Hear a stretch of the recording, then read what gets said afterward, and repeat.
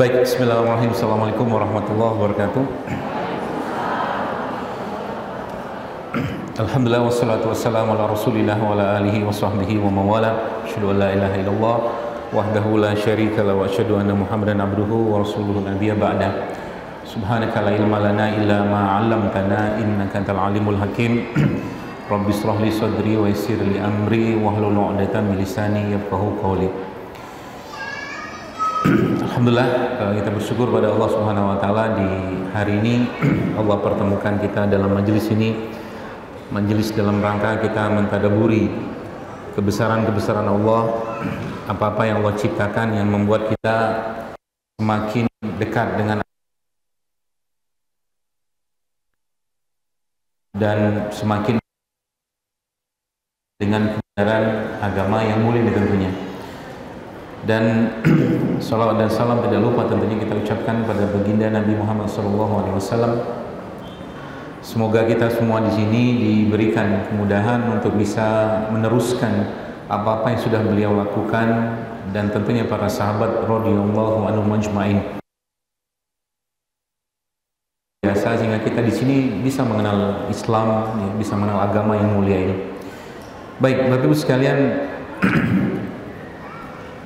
Allah Subhanahu wa taala dalam Al-Qur'an memberikan sebuah teguran atau mungkin informasi kepada kita semua dalam surat Al-Hajj.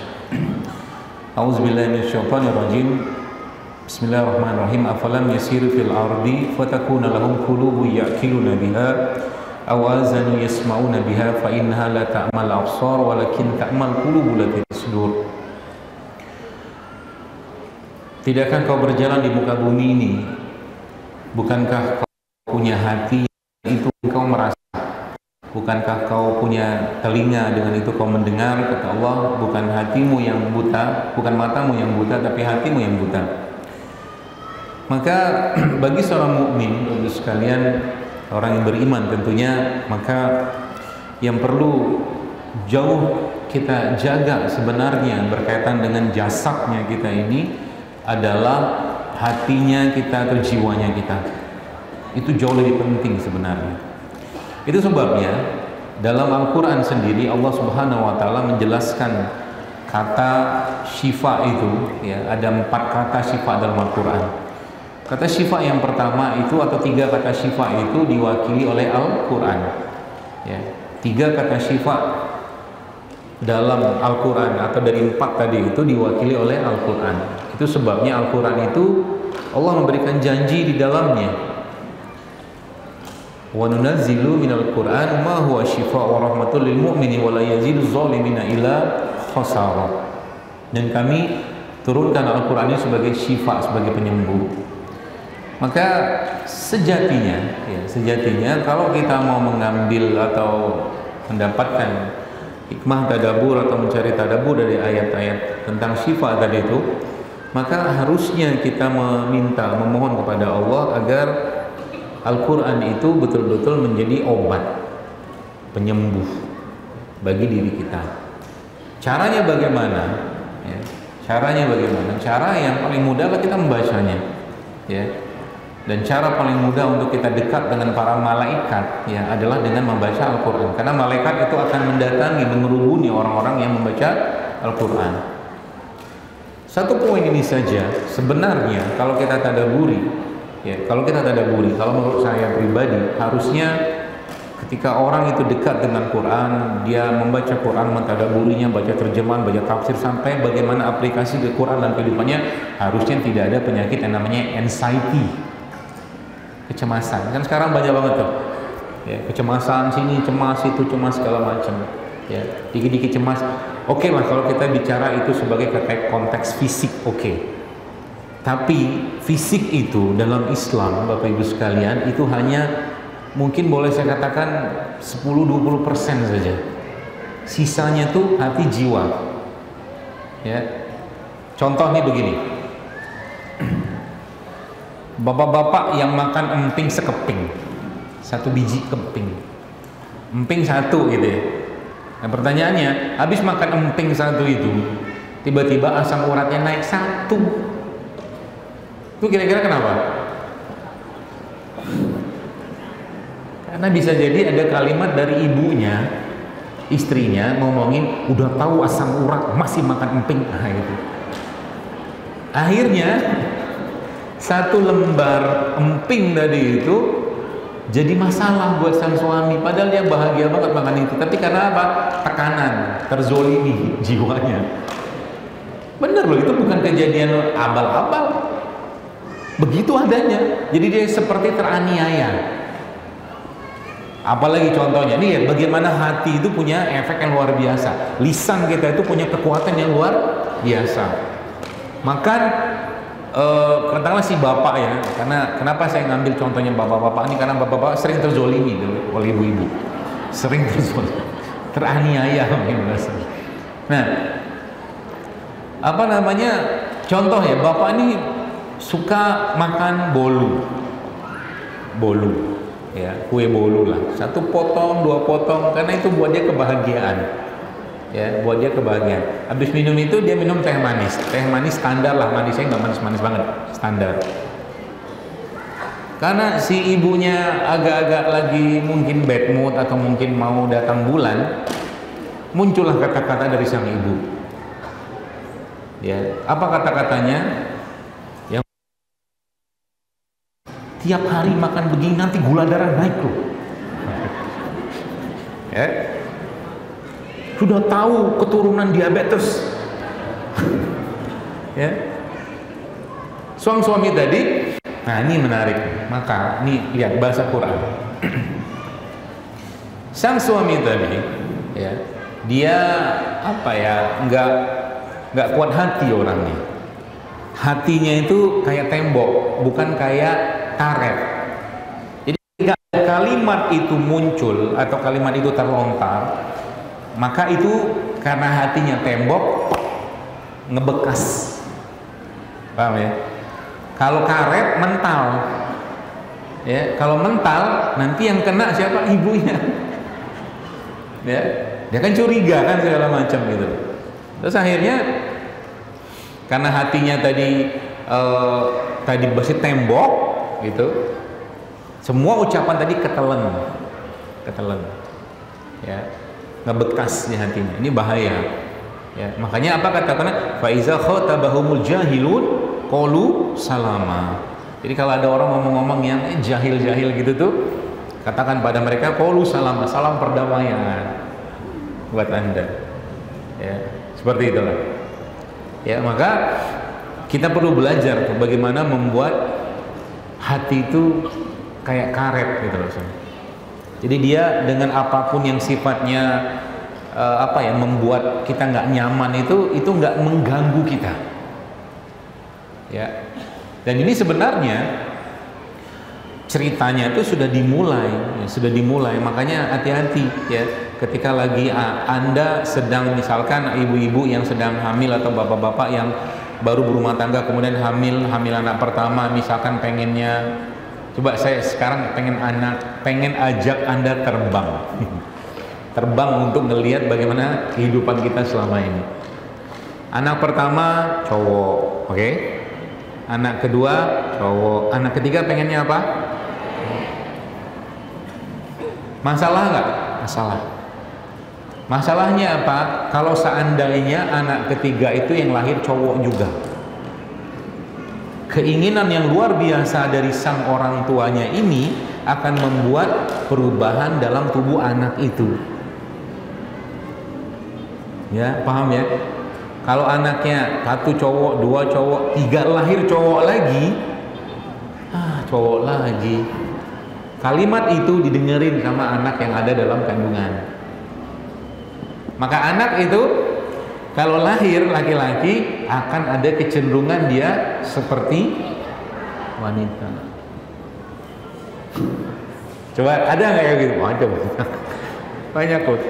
Sama juga ceritanya kalau seandainya anak pertamanya cewek, kedua cewek, ketiga pengennya cowok. Ketika yang lahir cewek lagi, maka anak ini akan punya karakter-karakter seperti laki-laki. Jadi hati-hati ya dengan ucapan, itu poinnya sebenarnya ya. Makanya kalau dalam Islam itu Nabi mengajarkan Bapak Ibu sekalian Nabi mengajarkan adab kita terhadap makanan. Apa adabnya? Kalau Nabi suka dengan sesuatu makanan, beliau makan. Kalau beliau nggak suka, beliau tinggalkan. Gitu adabnya. Ya, sehingga kita senantiasa tenang hati kita. Nah, Allah Subhanahu Wa Taala ya tentunya memberikan apa tuh namanya banyak sekali fitur-fitur ya kepada kita semua untuk menjaga hati itu tetap hidup. Ya, kenapa fokus saya? Karena kan judulnya kita kan sekarang makanan hidup, apa judulnya? Apa Bu? Hidup dengan makanan hidup. Oke? Nah, kita tahu bahwa tubuh kita ini bukan hanya raga aja. Ya, tubuh kita kan isinya bukan raga aja. Ya. Bagaimana makanan yang sehat sekalipun yang kita katakanlah mau konsumsi, ya sehat, enak banget gitu kan, itu bisa menjadi nggak enak gara-gara ada ucapan yang tidak mengenakan kita. Itu sama saja. Ya, makanya lagi-lagi bagaimana cara kita menyikapi itu? Maka Nabi memberikan pedoman kepada kita. Apa salah satu contoh pedomannya? Ngomong tuh yang baik. Kalau nggak bisa ngomong baik, diam. Gitu. Kan gitu kata Nabi. Terhadap apapun. Supaya apa? Supaya hati kita nggak terganggu. Makanya dalam Islam, ya, pembahasan tentang hati ini menjadi pembahasan yang paling utama. Itu sebabnya para ulama menyebutkan dalam banyak kitab-kitab bahwa hati itu dibagi 3. Ya, qalbun salim, ya, yang pertama, yang kedua qalbun marid, ya, hati yang sehat, yang pertama, yang kedua hati yang sakit, dan tiga qalbun mayyit, hati yang mati. Ya, itu ada hubungan dengan makanan nggak? Ada. Apa contohnya atau apa buktinya atau apakah ada dasarnya? Ada. Nabi menjelaskan bahwa, tapi kayaknya di sini nggak ada. Nabi menjelaskan bahwa talbinah, lihat, talbinah itu tepung gandum lah mungkin ya kalau bahasa kita ya. Tepung gandum itu kata Nabi SAW, talbinah itu bisa menghilangkan sebagian kesedihan dan memberikan kebahagiaan. Itu kata Nabi. Jadi ini sesuatu yang dimakan. Makanya sebabnya di zaman Nabi SAW zaman itu, ya kalau ada orang yang meninggal, ya ada keluarga yang meninggal, maka Aisyah disebutkan, salah satu yang pernah disebutkan itu memberikan makanan kepada orang yang meninggal tadi dengan bubur talbinah itu. Ya, kenapa? Orang meninggal pasti sedang sedih. Nah itu kalau kita kaji lebih dalam lagi, ada apa dengan itu? Ya, ternyata ya memang talbinah, ya tepung-tepung yang gandum utuh mungkin bahasa kita itu masya Allah, dia adalah makanan, ya dia adalah makanan bagi bakteri-bakteri yang ada dalam pencernaan kita. Itu poinnya salah satunya. Jadi si seratnya itu, ya serat yang ada pada tepung-tepung atau talbinah tadi itu makanan bagi bakteri yang ada pada pencernaan kita. Ya, talbinah tahu ya? Nanti kalau nggak tahu di browsing di internet banyak ya talbinah. Ya, jadi kalau bikin kue kayak apa nagasari itu, nagasari kan biasanya pakai terigu. Nah itu bisa pakai talbinah itu. Talbinah itu kalau dibikin bubur itu enak banget. Ya dibukun bisa bikin bubur yang gurih, asin, atau bisa juga dibikin bubur yang manis pakai potongan atau irisan kurma atau pisang. Nah gitu. Ya, nah itu salah satu anunya, apa namanya, salah satu poinnya. Sehingga memang kalau kita bicara tentang kehidupan raga kita ini, ya, dia tidak pernah lepas dari kehidupan hatinya. Ya, hatinya kita. Ya, yang itu sering kali mungkin kita sudah sering banget ngebahas itu bahwa dalam Islam itu kesehatan raga ini bukan menjadi faktor utamanya, justru malah kesehatan hati, kesehatan jiwa seseorang itu yang jauh lebih powerful, ya, jauh lebih kuat, ya. Sehingga Al-Quran salah satunya menjadi menjadi kekuatan bagi seseorang. Dan dengan cara apa? Pelajari, baca, tadaburi, terapkan begitu. Sehingga hatinya menjadi hati yang hidup. Ya. Makanya Umar bin Khattab radhiyallahu anhu pernah menjelaskan atau mengatakan bahwa menangislah kalian, kata Umar, saat membaca Al-Quran. Kalau kalian tak mampu menangis, maka paksakanlah diri kalian untuk menangis. Itu kata Umar. Ya. Nah, kita ini, nah ini saya mau tanya sedikit. Semalam kan Kroasia menang. Betul gak? Bahagia. Yang penggemar Kroasia mungkin bahagia lah, oke lah gitu kan. Atau mungkin yang apa? Siapa lagi? Maroko menang lawan Spanyol. Lo ingat banget dah. Saya sampai sekarang belum pernah nonton. Saya nonton highlightnya aja, cuma tinggal ceritanya aja. Karena kelamaan 40 menit 2 kali. Ya apalagi malam. Lihat 2 menitnya aja kan udah tahu kan yang dicari kan gol doang kan. Ya udah, nggak habis waktu. Kalau saya. Oke lah si orang ini bahagia. Nah ini lihat, ini kita mau nilai indikator imannya kita. Ya, oke lah dia penggemar berat Maroko, oke? Karena Maroko negara Islam segala macam gitu kan, dan Maroko akhirnya menang melawan Spanyol, bahagia minta ampun.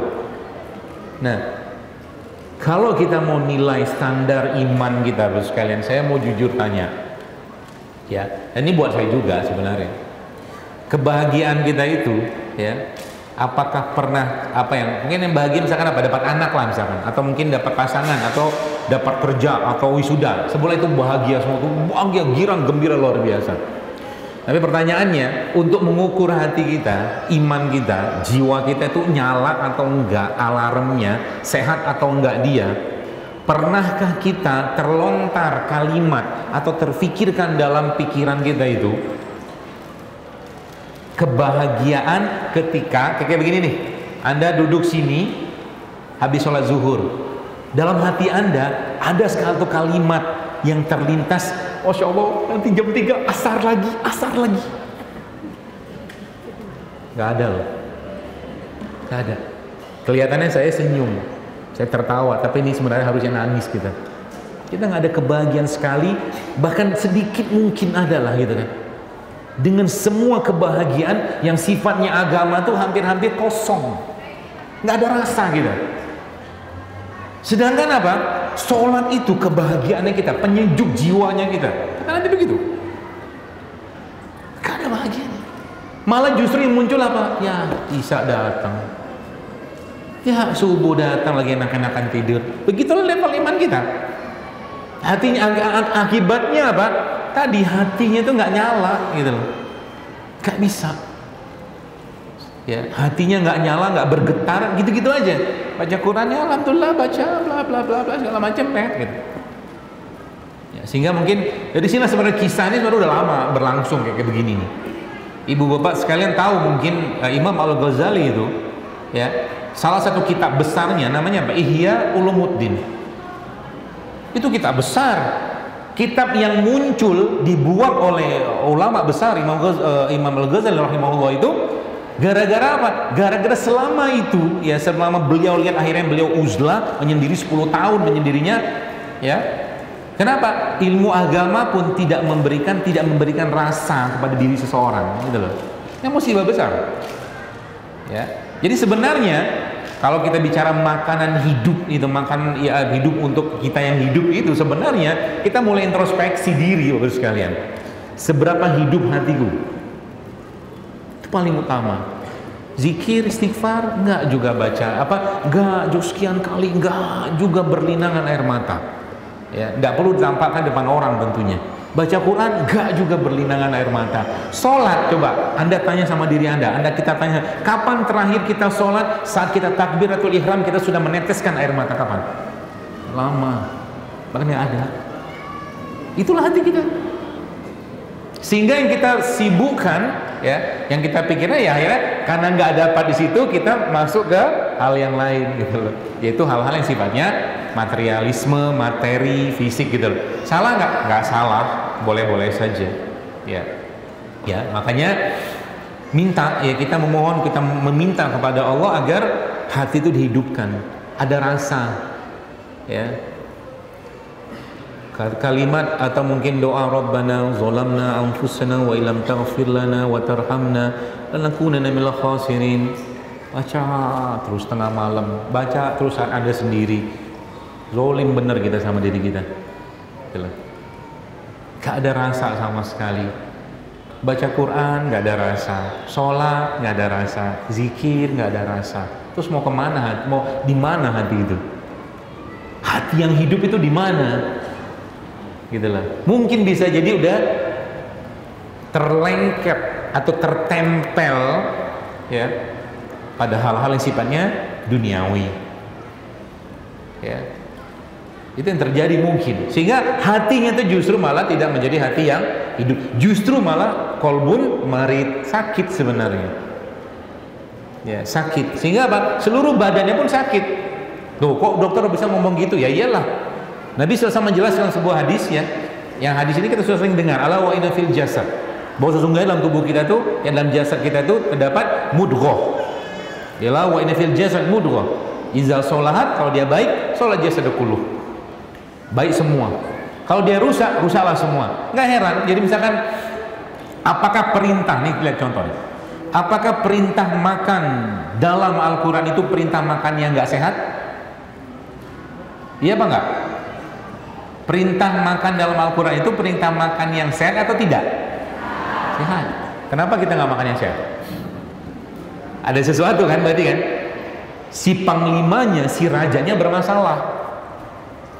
Dengan segala macam dalil kita, ini kan enak misalnya gitu loh, segala macam, akhirnya apa? Ya wajar penyakit datang, umur baru 30, umur baru 40, baru 20, bahkan sudah berlimpah penyakit. Belum lagi penyakit hati,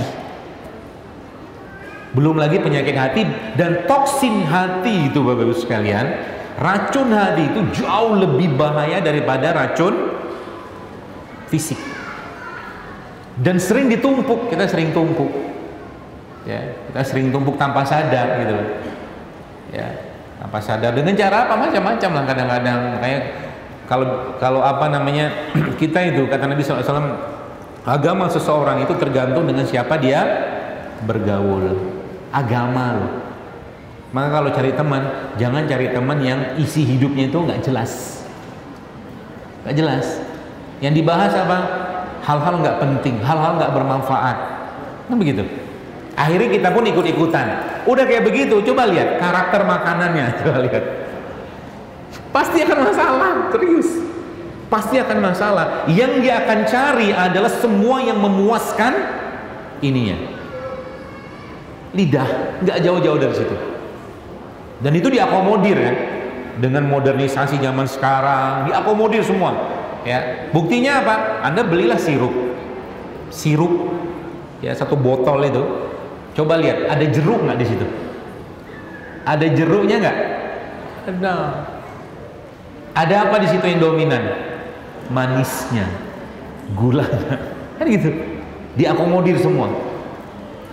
Wajar sekarang bertebaran penyakit-penyakit yang Masya Allah, orang habis makan, tapi habis makan harusnya berenergi, tapi malah justru lemes. Habis makan ini, oh saya habis makan nasi, makan bakwan, minum teh manis, segala macam itu ya.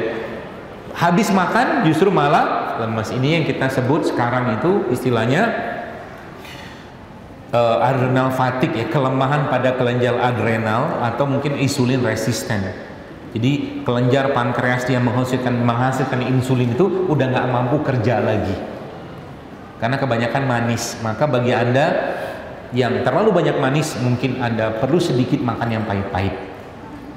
Ini polanya. Berarti bagus dong makan kopi, minum kopi. Bagus.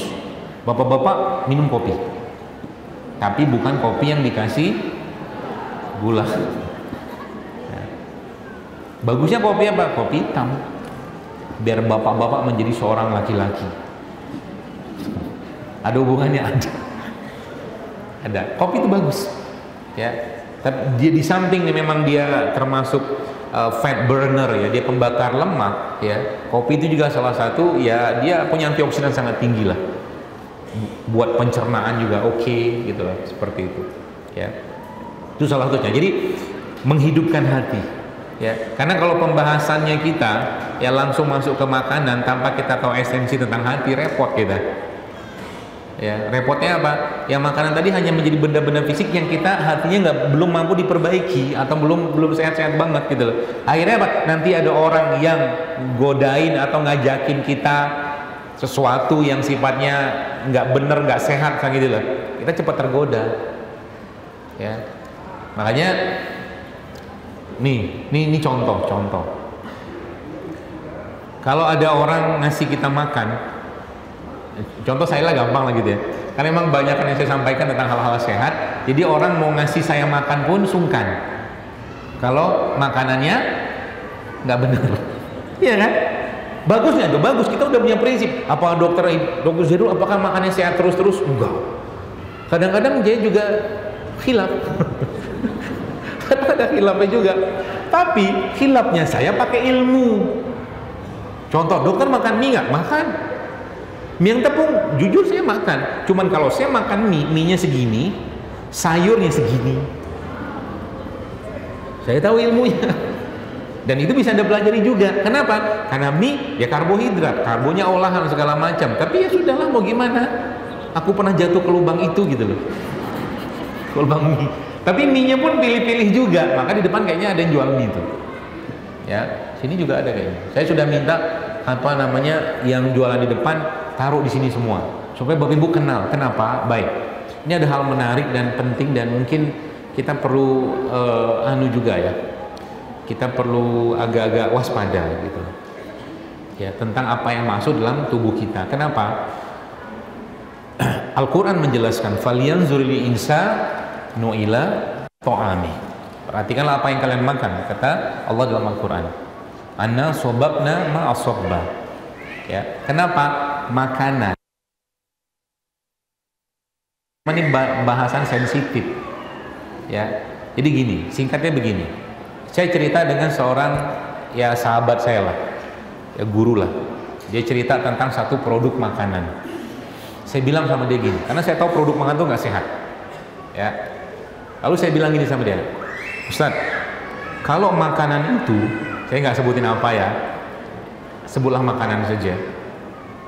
Makanan itu saya rendam dalam probiotik misalkan, karena probiotik itu punya kemampuan menyerap racun, ya, maka di situ ada nggak probiotik? Nah, nanti kita lihat. Kalau makanan itu saya rendam dalam probiotik, kira-kira bisa kurang nggak racunnya? Saya bilang gitu sama dia. Dia bilang bisa Ustadz, secara karakter makanan itu dia akan sama dengan makanan naturalnya, dia bilang. Kata dia gitu. Cuman ini bikin saya deg-degan. Kata dia apa? Cuman gennya makanan itu tidak berubah. Karena dari awal sudah bermasalah. Paham ya? Ini saya nggak cerita makanannya apa karena ini sensitif isunya. Tapi intinya begitu. Jadi direndam. Contoh begini. Misalkan kita punya buah-buah yang disemprot dengan pestisida dari awal, misalkan, paling gampang itu, ya. Dan dikasih pupuk-pupuk yang nggak jelas. Nah, buah ini kan punya gen, ya kan? Makanya coba lihat ibu-ibu yang edisi lama atau bapak-bapak edisi lama. Edisi lama itu yang usia 50 tahun. Mohon maaf, ya. Nah, saya tanya, dulu lihat bagaimana genetika sekarang itu luar biasa berubah. Dulu Anda kupas jeruk, bau jeruknya, betul lah? Ngupas jeruk, bau jeruk. Sekarang ada bau-baunya. Jeruk ngupas, nggak keluar juga baunya. Padahal jeruk itu ada bau, iya kan? Atau apa? Atau misalkan cabai, coba cabai sekarang, bukan cabai, paling gampang tuh bunga sekarang itu gak ada wangi-wanginya. Dulu lewat di bawah pohon melati gede, pohon apa tuh wanginya minta ampun. Pohon tanahnya udah rusak semua, tanah kita tuh udah rusak semua. Dan masalahnya apa? Tanah itu kan menyimpan gen, ya, gen dari apa yang ada dimasukkan ke situ. Kalau rusak dia sintetik semua, bahkan logam berat yang makan di atas tanah itu juga rusak gennya, gitu loh, ya. Makanya ada satu, saya pernah cerita kemarin berapa di sebelum ini nggak salah. Seru nih ilmu ini, cuman kalau masih ingat di mana Anda meletakkan. Kan sekarang itu ada namanya stem cell, sel punca, sel induk, ya. Jadi kalau baru lahiran, nanti kan dia punya plasenta, ari-ari itu. Nah, ari-arinya itu karena ini dia menjadi sel induk dari si bayi tadi itu disimpan, nanti suatu hari kelak digunakan untuk sesuatu kepentingan kesehatan, kan gitu. Disimpan di bank apa yang nyimpan itulah, ya, dibekuin atau apa. Nah, ternyata si guru saya ini dia bilang, jadi sebenarnya kita bisa bikin kata dia versi kita ala kita, sederhananya begini, dia bilang. Terus diapain? Saya bilang itu si apa plasentanya itu, ari-arinya itu kan biasa habis lahiran kan dikubur, ya, kubur aja, nggak usah pakai lampu. Ketawa. Kubur aja. Oke, kubur. Nah, dia bilang begini, bagaimana caranya kita bisa mendapatkan gen, ya, gen DNA dari si itu tadi untuk kepentingan suatu hari kelak, misalkan bayi ini sakit. Dia bilang gampang, antum tanam aja itu, kan hancur lama-lama tuh. Nah, di atas tanahnya itu tanamlah situ kunyit, jahe, serai, paham ya? Maka kunyit, jahe, serainya tadi itu akan memiliki gen DNA dari karena kan hancur dia, kan nyatu di tanah. Tuh.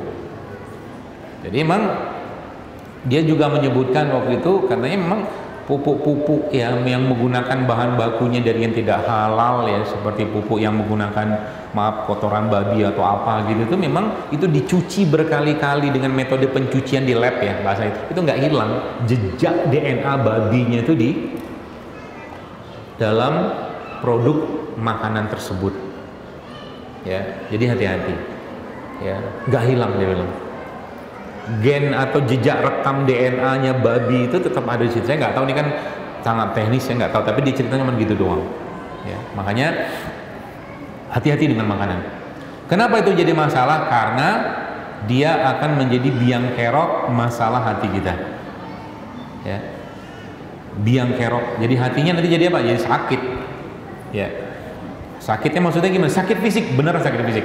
Saya pernah menemukan orang yang sakit terus menerus, ya, nyata waktu dicek segala macam, dia makan bagus, sehat, tapi ternyata yang dia makan itu dari sumber rezeki yang haram, sakit. Serem ya akhirnya. Gimana mau makan? Jadi makanan sehat yang makanan hidup, kita bahas makan hidup. Apa yang akan ketika dimakan orang-orang yang memang sudah sakit hati, jadi nggak bisa memberikan banyak efek, ya. Kenapa? Karena memang apalagi kerusakan atau gangguan hatinya itu urusannya dengan syariat, itu repot, ya. Repotnya maksudnya apa?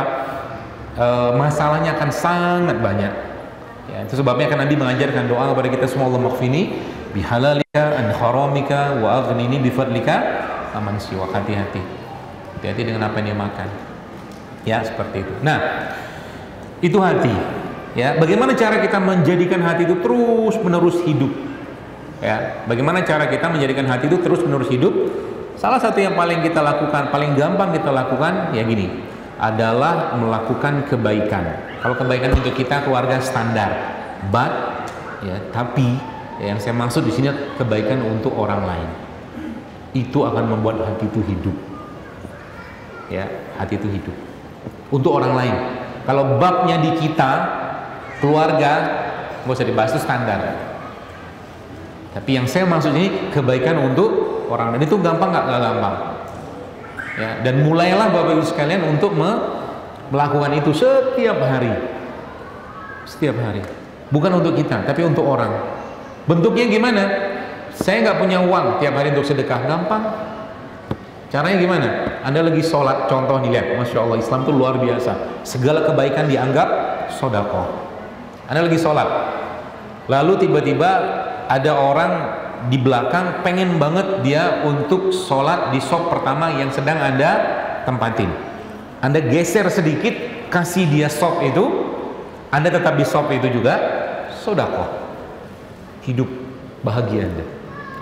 Ya, ini saya kemarin masya Allah ada ya teman saya waktu kemarin kan sekarang kalau masuk Raudhah itu kan di Masjid Nabawi ya, yang belum umroh dan Allah mudahkan umroh.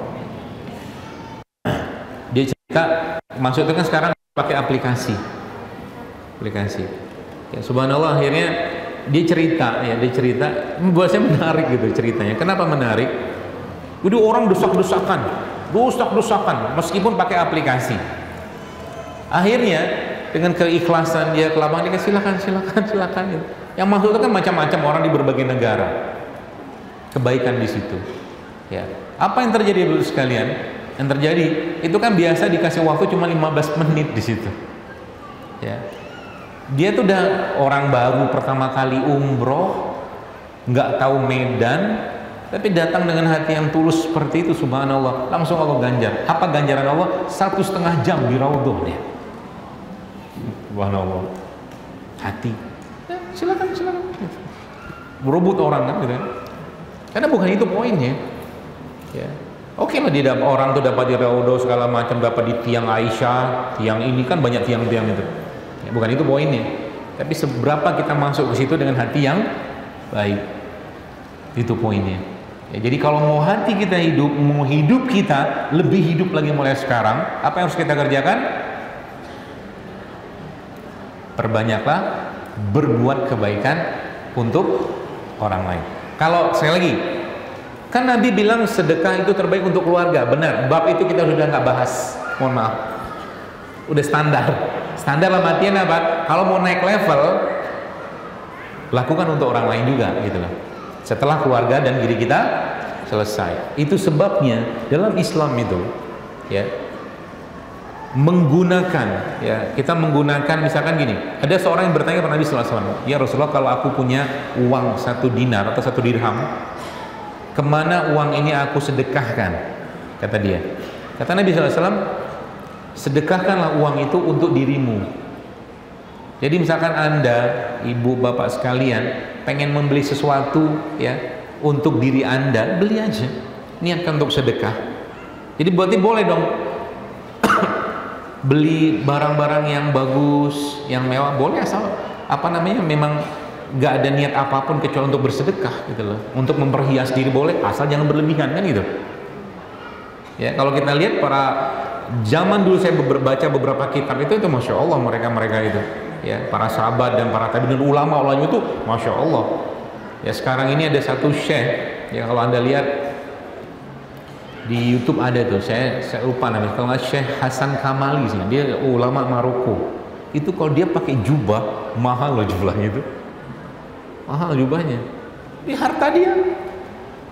Jadi akhirnya apa? Persepsi orang ya terhadap Islam juga itu masya Allah jadi berubah kan?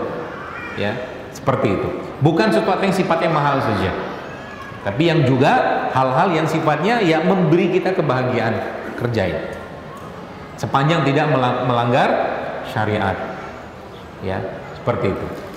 Nah itu hati yang hidup, ya hati yang hidup. Supaya apa? Kita bisa tiap hari itu merasakan kebahagiaan. Kenapa? Kalau sekarang orang, Bapak sekalian, sibuk dengan dunia motivasi, Islam itu nggak ada kurang-kurangnya motivasi. Contohnya apa? Baik begini, kalau Anda mau ujian, atau kita mau ujian, kalau ujian itu pasti persiapan kan, siapan, baca, diskusi segala macam gitu kan, latihan soal. Lihat apa yang terjadi kalau seandainya Anda atau kita sudah dikasih tahu bahwa kita akan bertemu Allah dan pasti akan dibangkitkan Allah. Kira-kira akan persiapan nggak? Kapan kata itu kita ucapkan? Saya tanya.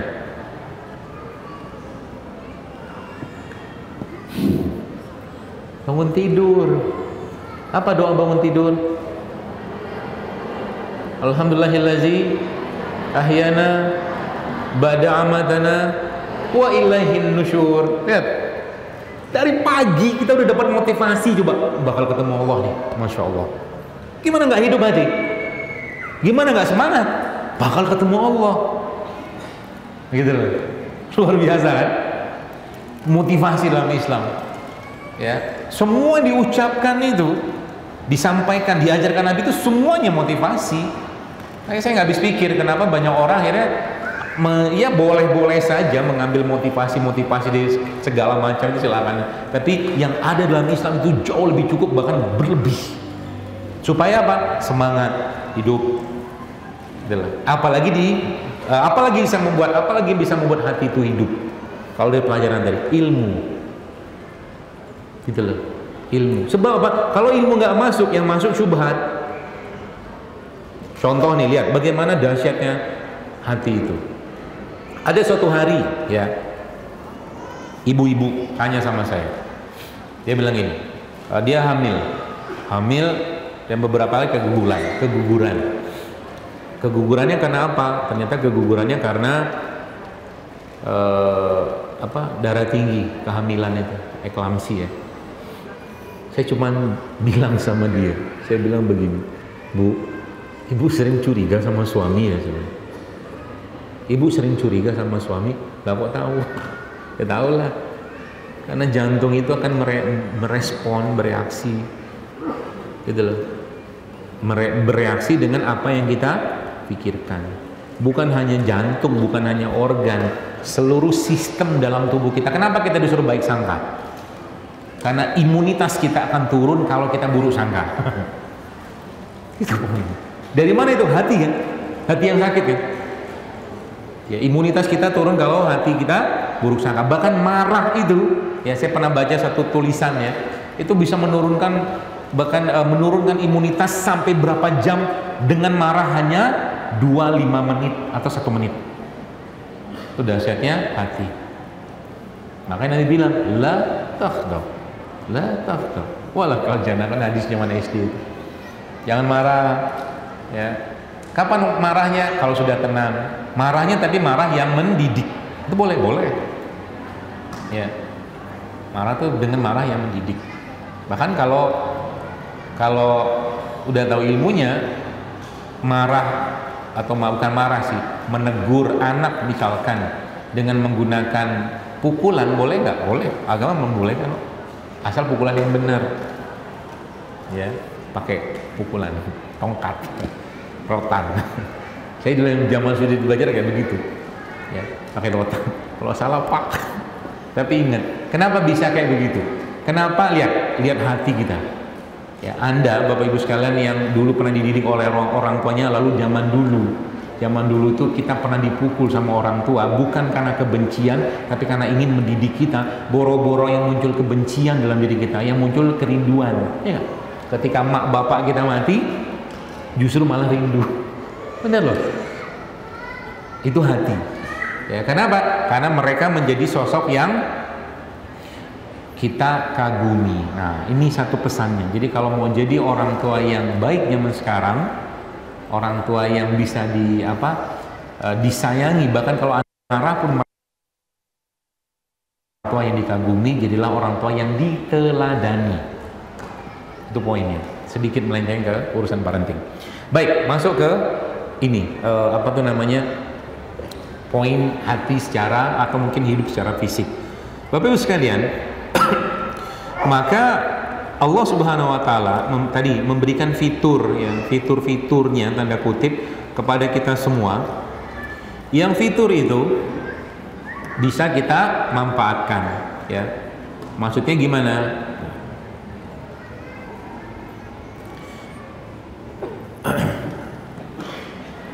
Mungkin Anda tahu doa Allahumma aslih li qalbi. Ya Allah, perbaharuilah hatiku. Itu doa bagus dibaca, ya.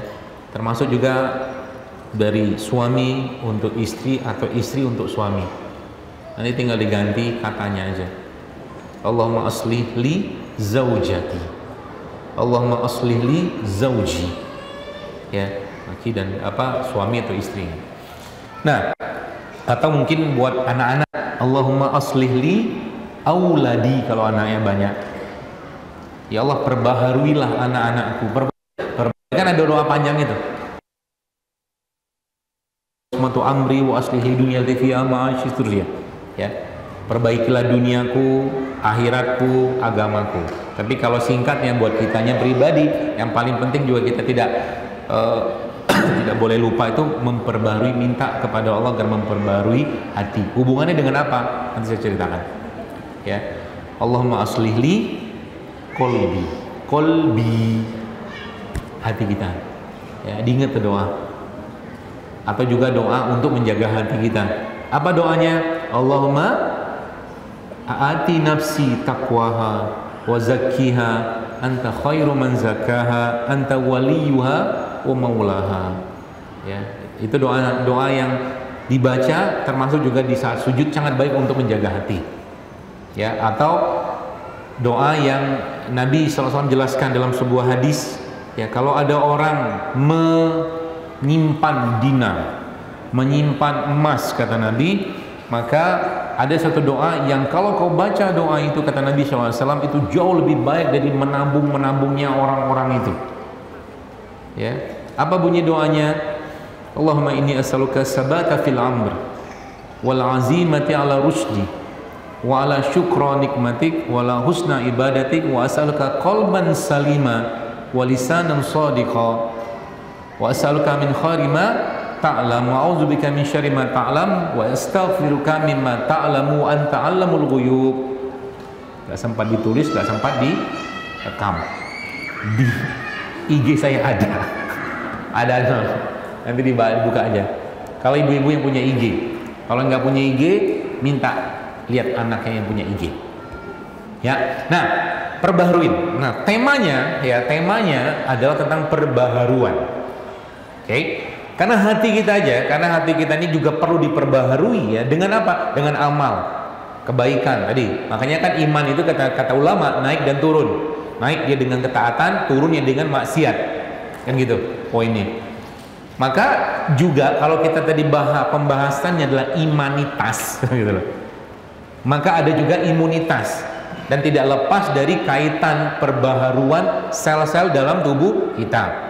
Tiap bagian dalam tubuh kita itu beda waktu perbaharuannya, atau mungkin bahasa kita tuh regenerasinya. Ya, contohnya apa? Contoh kayak usus halus misalkan, atau usus kecil, dia beregenerasi setiap 2-4 hari. Makanya kalau Anda tahu begini, tahu ilmunya, kita tahu ilmunya, tahu syariatnya, kita sudah mulai mengatakan Rabbana ma khalaqta hadza batila, sodaka ya Rasulullah, benar engkau ya Rasulullah. Kalau usus halus itu beregenerasi 2-4 hari, maka Anda sudah mulai paham kenapa ada puasa Senin Kamis. Paham ya? Masya Allah ya? Dan tubuh kita itu ada waktu jedanya.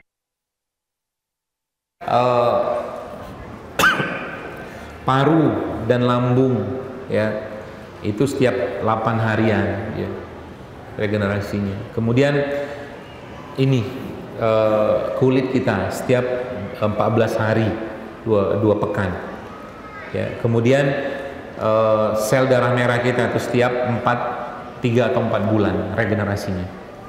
Nah, perbaharuan, kan tadi kan perbaharuan hati. Nah, kita kembali ke sana tadi. Jadi bagaimana cara saya untuk bisa memperbaharui hati kita? Maka saya kasih saran sederhana sekali.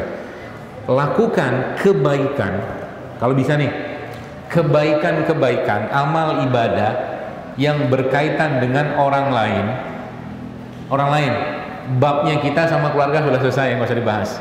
Itu yang terbaik lah. Ini orang lain yang kita belum pernah atau tidak pernah melakukan sebelumnya, yang tentunya tidak melanggar syariat. Pikirin tiap hari, apalagi kerjakan dia akan perbaharuan terus hati. Saya kemarin datang, mungkin di Bandung sudah banyak kali ya, tapi kemarin baru saya lihat, kemarin pas saya lagi servis mobil gitu, terus saya ngeliat tiba-tiba muncul tuh satu mobil itu dengan beberapa orang, ya, di yayasan apalah gitu kan. Langsung buka, ada dia keluarkan kursi, kemudian baru saya lihat, perhatikan gitu kan, tek. Oh, ternyata apa? Cukur gratis hari Jumat. Cukur gratis. Bagi sebagian orang cukur tuh masalah loh. Kenapa masalah? 15.000 loh. Benar nggak? Cukur gratis. Insya Allah, saya bilang keren juga nih ide saya bilang gitu kan. Masya Allah ya. Nah, itu kayak gitu tuh, syukur gratis ya. Apalagi banyak, asal apa? Anda baru bisa dapat ide itu kalau hati Anda riang gembira. Itu poinnya. Nggak bakal bisa dapat idenya kalau suntuk, nggak bisa. Ide kebaikannya itu, coba deh, coba aja dikerjain. Masya Allah bahagia banget Pak Bu ya. Contoh nih, contoh ide misalkan ya, karena ini poin ini menurut saya jauh lebih penting, tapi waktunya insya Allah cukup. Ketika Anda ngasih tukang parkir ya, atau nggak usah tukang parkir yang sering belanja online, ibu-ibu nih ya, datanglah abang Gojek itu ya, apa ojek online segala macam itu ya, atau yang Anda pesan makanan online itu kan ada ongkos biayanya kan. Ongkos biaya ya berapa? Biasanya mungkin 20.000, 30.000. Coba Anda ambil uang, misal nih Anda ambil uang satu lembar 100.000 gitu ya, biaya pengiriman misalkan 20.000 ya, itu apa namanya, Anda kasih sama dia, bilang gak usah dibalikin. Itu udah bahagianya minta ampun mereka, sangat bahagia. Bagi kita yang belum pernah mengerjakan, itu jauh lebih bahagia. Maka sebenarnya semua kebaikan, in ahsantum ahsantum li anfusikum, kata Allah. Semua kebaikan yang kau kerjakan itu buat siapa? Balik ke kita. Allah ingin bikin kita bahagia, senang. Makanya orang sampai Nabi itu katakan apa? Allah sampai doa kedekut pelit. Kan Allahumma inni a'udzubika minal hammi wal hazan. Dan terusnya kan wal jubni wal bukhl. Terakhir kan bakhil. Sampai Nabi berlindung, minta kepada Allah dengan doa tadi, berlindung dari penyakit bakhil. Coba. Kenapa? Bakhil itu nggak bakal bahagia, orang yang pelit, serius ya, nggak bakal bahagia, hatinya nggak bakal hidup ya. Nah seperti itu salah satu cara ya, salah satu cara untuk membuat perbaharuan. Nah kembali sini tadi ya, kemudian apalagi banyak ya, ada sel lemak kita ya, lama oleh sel lemak ya, ada yang mengatakan 8 tahunan. Kemudian ada tulang ya, rangka kita ini, perbaruan sel tulang itu juga lama. Nah, yang paling cepat sebenarnya di mana? Yang paling cepat sebenarnya di mana? Di bagian yang paling luas permukaannya dalam tubuh kita, yang menjadi bagian luar, itu kulit. Ya, maka kulit ibu sekalian ya, kulit kita ini adalah lambang dari isi perutnya kita. Kulit kita ini lambang. Jadi bagus isi perutnya, kulitnya bagus. Jadi sebenarnya bagi yang hobi dengan apa, skincare kan luar biasa itu. Bobo sama dia tuh, pakai apa segala macam. Kulit itu cerminan isi organ. Ya, isi organ maksud terutama apa? Terutama perut. Ya, terutama nanti kita akan berbicara. Tapi kalau kulit itu Bapak sekalian ya, apa tuh namanya, mau kita tadi regenerate gitu kan ya, regenerate, maka yang paling bagus itu adalah dengan cara memberikan bahan-bahan yang alami ke kulit tadi, maaf ya. Contohnya apa? Nabi SAW disebutkan dalam riwayat, Nabi itu suka melumuri badan beliau dengan minyak zaitun ya. Jadi ada waktu tertentu itu lumurin minyak zaitun ya. Buat apa? Buat lembab, buat kencang, buat elastis, buat glowing, semua ada. Nah, tambah lagi ilmunya gitu kan, tambah lagi ilmunya misalkan.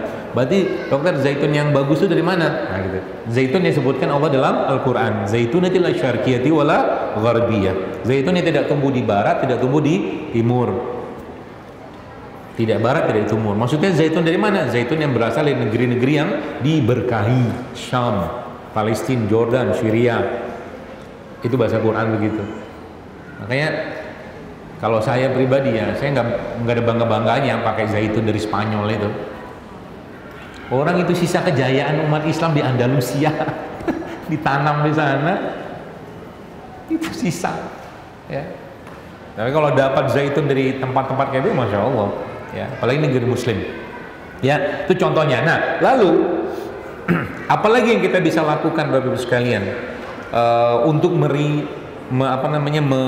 memperbaharui itu. Nah, Allah Subhanahu wa taala sebenarnya sudah menciptakan mereka ini nih, ya.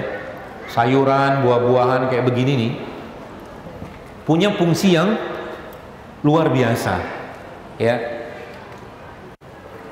Fungsi utama mereka sebenarnya perlindungan, ya, sebenarnya perlindungan. Kalau Anda lihat contoh begini, ini mangga, apalagi nih, kiwi lah sebenarnya.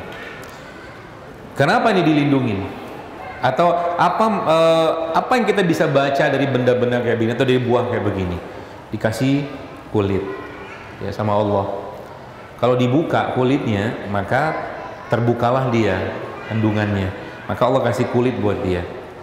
Jadi berarti ada poin sederhananya adalah semua makanan-makanan kayak begini dia punya kandungan-kandungan, terutama kayak antioksidan, terutama buah-buahan yang punya kulit, ya, punya kandungan antioksidan yang memang kita butuhkan untuk ngeri itu tadi.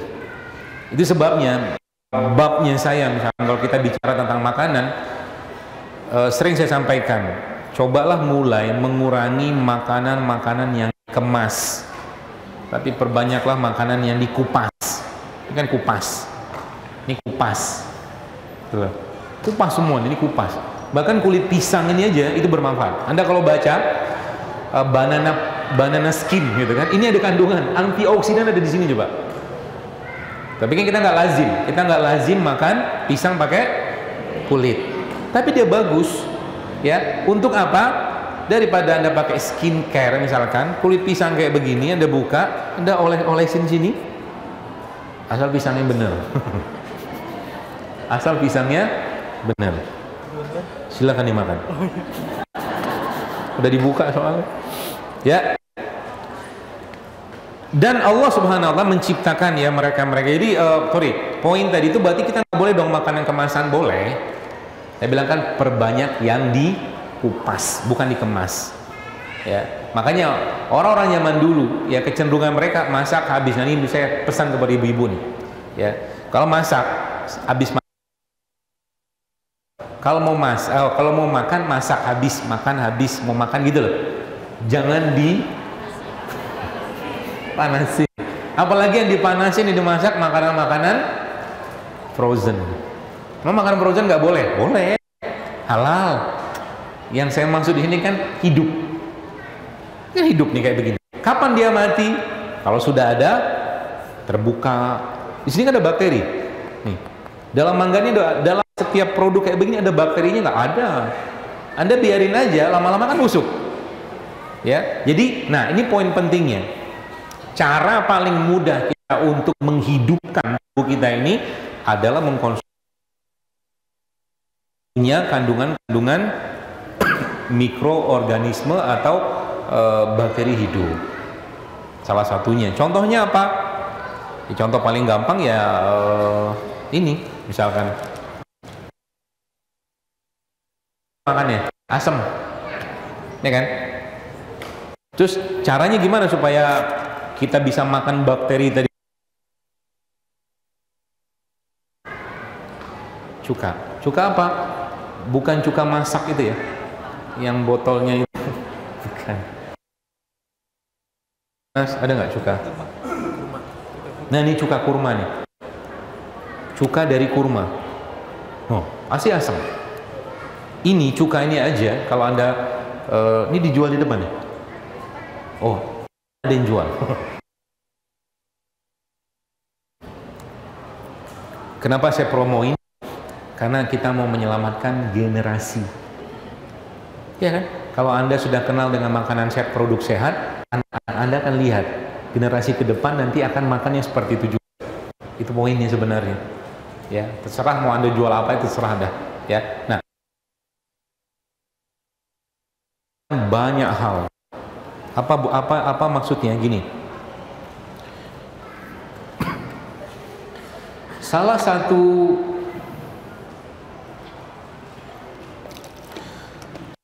masalah di dunia kesehatan sekarang, lihat, adalah peradangan, inflamasi. Inflamasi itu salah satu penyebabnya adalah tingginya kadar gula. Ini saya kasih tahu caranya. Bagaimana cara kita untuk tetap bisa makan yang kita inginkan tanpa berlebihan tentunya, ya, dan gula darah kita nggak naik.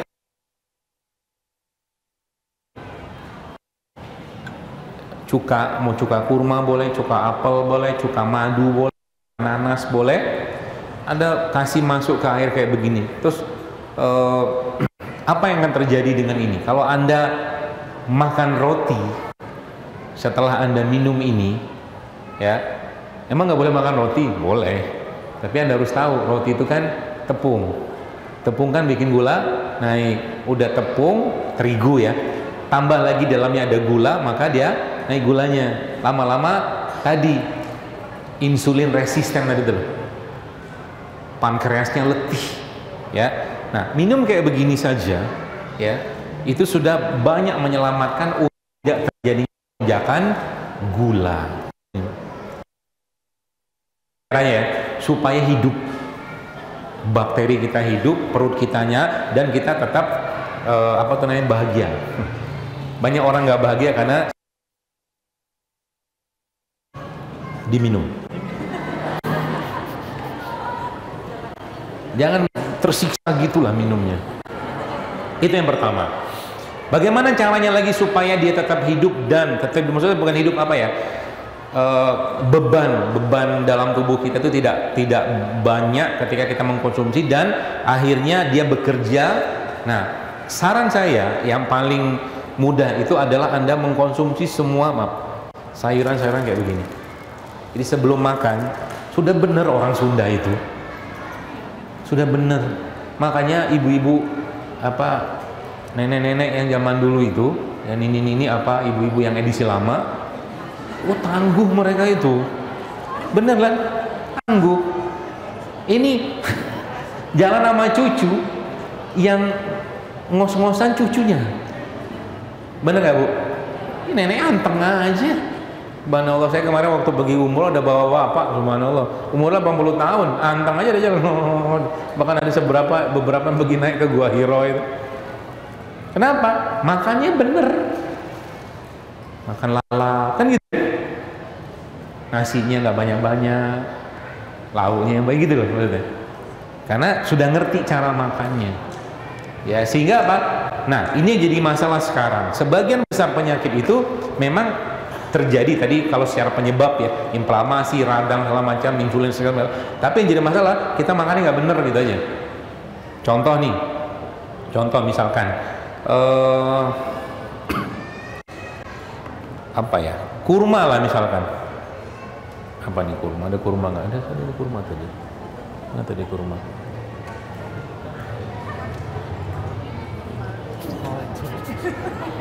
Kayaknya saya kurang kopi. Kopi itu meningkatkan awareness. Ya, ini kurma sukari. Kurma ini bagus, sehat, bagus banget. Salah satu makanan terbaiknya buat perut kita. Ya, makanan hidup, ini living food nih. Ya, living food maksudnya living food yang asli kalau kita bahas itu probiotik ya, makanan fermentasi. Tapi maksud saya mereka ini bagus, cuman kalau berlebihan kan masalah. Kenapa? Kita harus tahu kurma 75% isinya kan gula. Meskipun dia jenis gulanya gula buah, betul. Tapi akan beda cerita kalau Anda makan ini banyak-banyak. Kenapa? Mereka ini, jadi kalau gini, berarti saya kalau pengen ngejus, misalkan Anda pengen ngejus ya, males makan gitu kan, pengennya ngejus, boleh nggak? Boleh. Tapi saran saya jangan terlalu banyak jus buah. Kenapa jus buah jangan terlalu banyak? Kalau yang saya pahami, ketika di blender, di juicer kayak begitu, gulanya naik semua itu. Jadi kalau minum jus boleh, tapi jangan berlebihan. Tapi kalau sayur relatif aman, ya. Atau mungkin dibikin kayak begini nih. Ini, Bapak sekalian, ini masya Allah, ini enak banget tuh ini. Hah? Sini.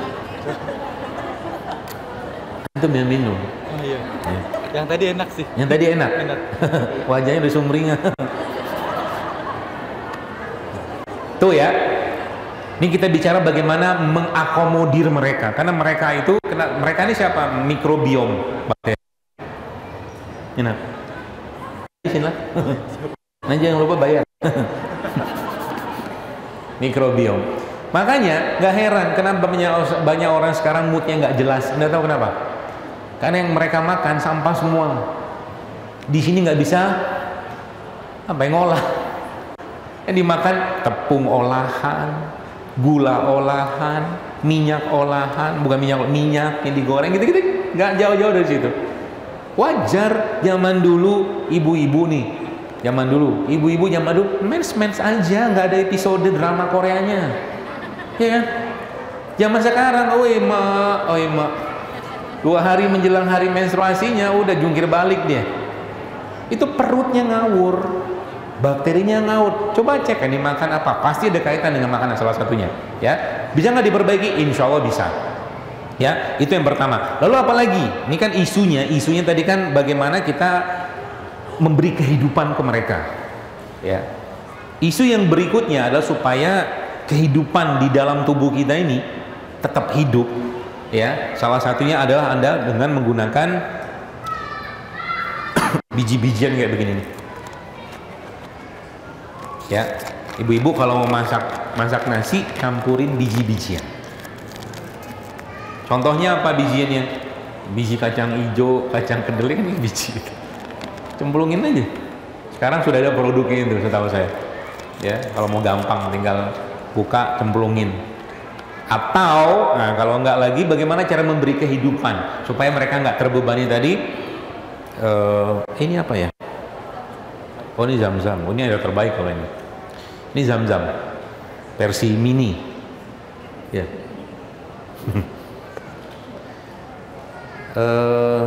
Ada minyak zaitun nggak?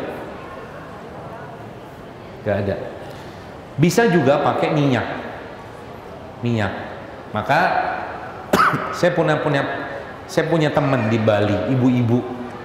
Waktu saya ketemu beberapa tahun lalu, lama banget tuh, mungkin ada hampir 10 tahun itu. Umur dia waktu itu sudah 55 tahun. Tapi itu Masya Allah, ya banyak orang yang nyampaikan ke dia, saya dengan beberapa teman-teman juga gitu kan ngomong, ini Bu, minumnya apa sih? Kok kulit itu kenceng? 55 tahun loh. Dia cuma bilang apa? Saya tiap hari rutin minum minyak zaitun. Hanya itu. Zaitun tuh Masya Allah, ya, wajah bersinar, kanker bisa lenyap. Kenapa kanker bisa bukan lenyap sih, maksudnya dia termasuk yang anti kanker, zaitun itu, ya, minum zaitun tiap hari.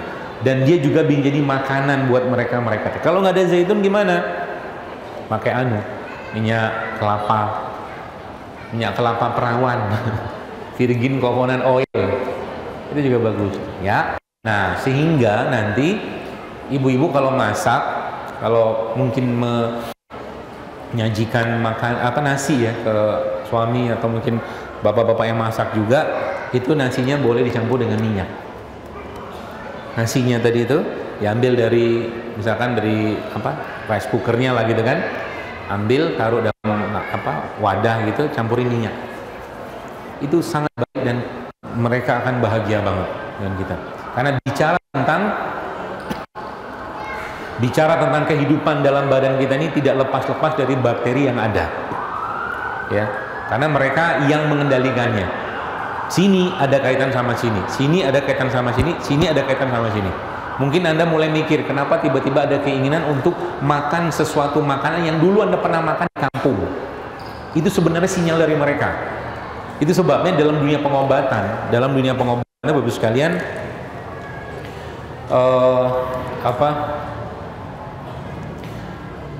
ngobatin orang itu, ya, sesuai dengan tempat obatnya di mana dia tinggal, ya. Dan bisa jadi obatnya itu adalah makanan aslinya dia. Sakit nggak, sakitnya apa? Ternyata sakit rindu kampung, rindu makanan kampung, dia pergi kampung, makan di sana, pulang-pulang sembuh. Ada begitu? Ada. Ya. Karena apa? Apalagi kita bisa pelajari dari mereka ini untuk membuat hidup tadi, ya, untuk memberi. Sebenarnya warna, semakin yang Anda makan. Ini kan banyak, ada kayak wortel, ada apa namanya, paprika, ada kol ungu. Semakin banyak variasi warna begini Anda makan, semakin bagus setiap hari.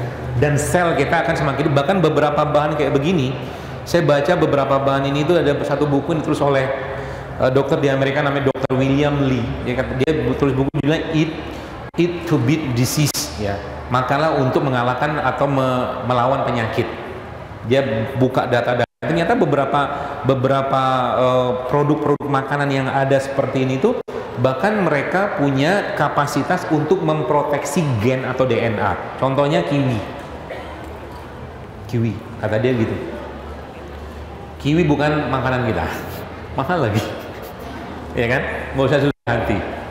Apa versi kitanya? Manggis. Jadi makanlah manggis. Makan manggis, apa yang dimakan? Ya buah manggisnya di dalam itu, sama biji-bijinya dimakan. Iya, sama biji-bijinya, bagus. Ya, pahit nggak? Nggak. Nanti kalau tumbuh gimana? Insya Allah nggak. Ada kan? Ini kalau makan jadi, saya nggak habis pikir dari mana ceritanya orang kena usus buntu gara-gara makan apa? Bukan, jambu apa itu? Jambu biji. Ini ilmu benar yang saya dapati. Saya mau cerita sedikit. Saya tanya, kita belajar dikit ya. Ini memang di luar ilmu pengobatan biasa. Usus buntu itu kebanyakan terjadi di anak-anak apa dewasa? Anak apa dewasa? Anak, ya kan? Confirm anak, jarang terjadi pada orang dewasa. Nah, saya pelajarin Bapak sekalian, itu ternyata si usus buntu ini juga ada kaitan dengan emosi. Loh kok bisa? Ya, memang nggak ada penelitiannya, cuman ini bicara lapangan. Ya. Semua kasus usus buntu, sebagian besar lah kalau boleh katakan itu, biar lebih amannya, itu terjadinya akibat ada keinginan sang anak yang tidak diakomodir orang tua. Itu yang saya pelajarin. Jadi kalau ada anak yang kena usus buntu, sebelum katakanlah tindakan apapun, terserah apa. Dan saya buktiin sendiri, nyata bener. Ya, seperti itu. Itu dahsyatnya hati tadi. Ya. Nah, kembali ke mereka-mereka ini bos sekalian. Sehingga ada beberapa fungsi ya dari makanan-makanan kayak begini nih, ya, yang mulai dari regenerasi, memperbaiki gen, sampai ke mana? Nyeimbangin lagi. Tapi prinsipnya apa? Biar gampang Bapak Ibu cerna ya tiap hari. Ya prinsipnya apa? Anda ingat ini aja, ya. Anda ingat dua hal ini, ya. Yang pertama adalah seratnya. Ya, seratnya bisa Anda dapat dari mana? Dari buah-buahnya, sayur-sayuran. Buah dan sayur itu serat. Nanti situ ada kita bicara prebiotik segala macam. Prebiotik ya, bukan probiotik. Tapi kalau probiotiknya itu bakterinya. Ini kan makanan fermentasi. Dia bukan probiotik memang, ya, tapi dia mengandung bakteri di situ. Kalau kita versinya adalah tempe. Ya.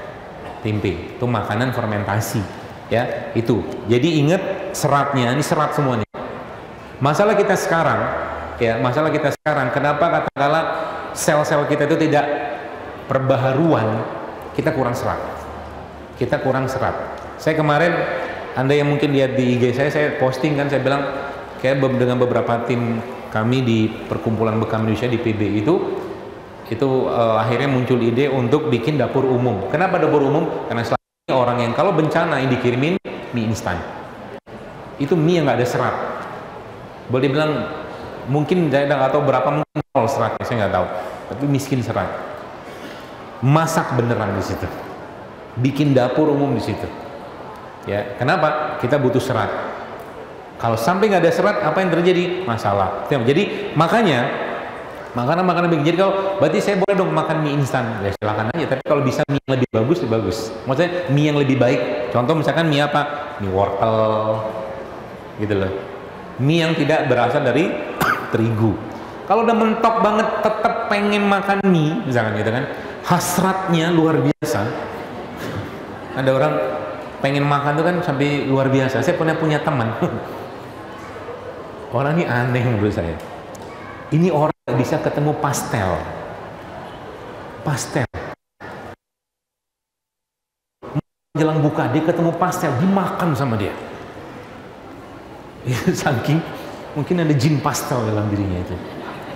Dibatalin puasa sama dia makan pastel. Saking dia memang suka banget dengan pastel. Maka jangan terlalu ya suka itu tuh boleh, tapi jangan berlebihan. Akhirnya tersiksa. Ya, seperti itu. Nah, itu yang pertama, serat. Ya, paling aman dari mana? Paling aman dari sayur sebenarnya. Sayur. Apa sayur? Karena sayur ini ya buah seperti inilah gitu kan. Walau bagaimanapun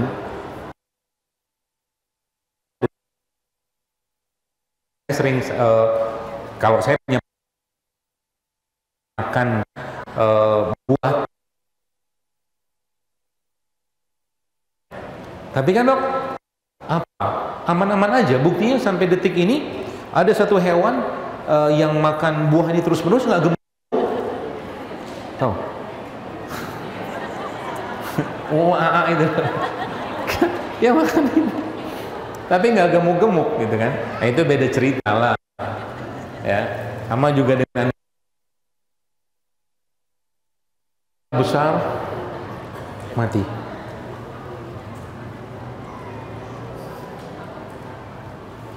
Supaya badan kita besar, maka kita harus memperbanyak protein hewan. Oke, tapi saya langsung ingat gajah.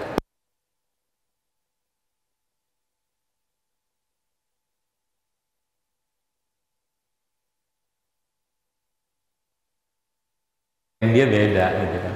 Gen kita ini memang udah gen beda dari gajah. Ya, itu yang pertama. Semakin banyak seratnya, semakin banyak enzimnya, semakin hidup. Ya, jadi minuman-minuman kayak begini sebenarnya fungsinya apa? Serat, enzim, serat, enzim, serat, enzim. Gulanya ada, Anda butuh gula. Kita tetap butuh gula. Makanya saya bukan penganut diet tertentu. Sebenarnya dalam Islam kita nggak perlu ribet-ribet urusan diet sebenarnya. Diet ini, diet segala macam. Makan yang benar, seimbang, sesuai dengan kebutuhan tubuh, aman. Kalau mau digedein ototnya, olahraga. Ya, olahraganya apa? Bukan jogging, ya, bukan berenang, tapi olahraga yang menggunakan beban kehidupan paling cepat gitu.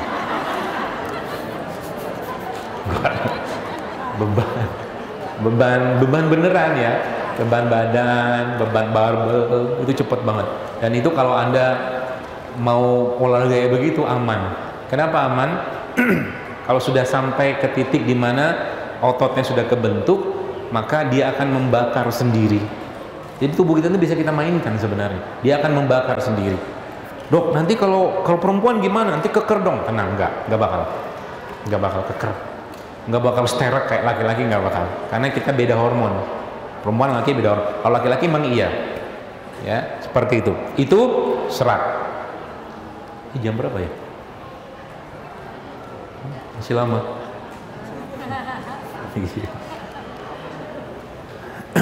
Serat enzim itu dua hal itu. Makanya ini kan sebenarnya kayak madu ya isinya apa? Enzim.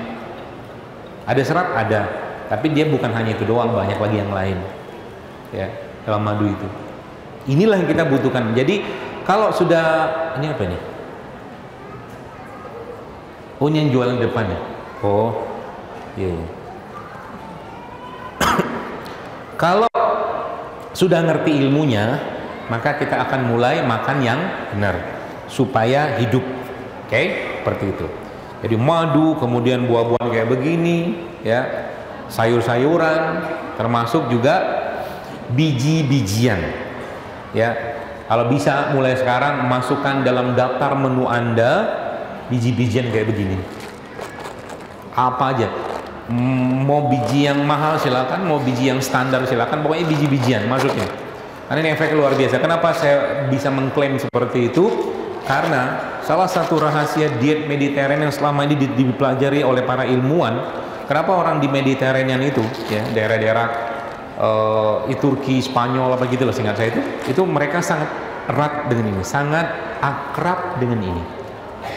Ya, jadi susah kan makannya kan, dicampur aja sama nasi, masukin ke nasi, atau Anda bikin camilan-camilan yang ada mereka-mereka ini, itu bagus tuh, ya, biji-bijian. Kemudian ini apa nih? Ini memang saya sengaja suruh panitia taruh semua produk di depan ke sini. Dan alhamdulillah panitia nanti akan bagi-bagi free. Serius. Iya. Panitia akan kasih free, jadi nanti produk-produk depan ini Anda bisa ambil gratis. Kalau mau beli di sana, jangan rebutan. Ya, saya nggak tahu nih teknis seperti apa. Silakan diurus sama Bapak motivator kita. Tadi kan Allahu Akbar, Allahu Akbar. Ya, alhamdulillah. Ya. Biji-bijian. Kemudian apa lagi? Ya, ini yang tidak kalah pentingnya.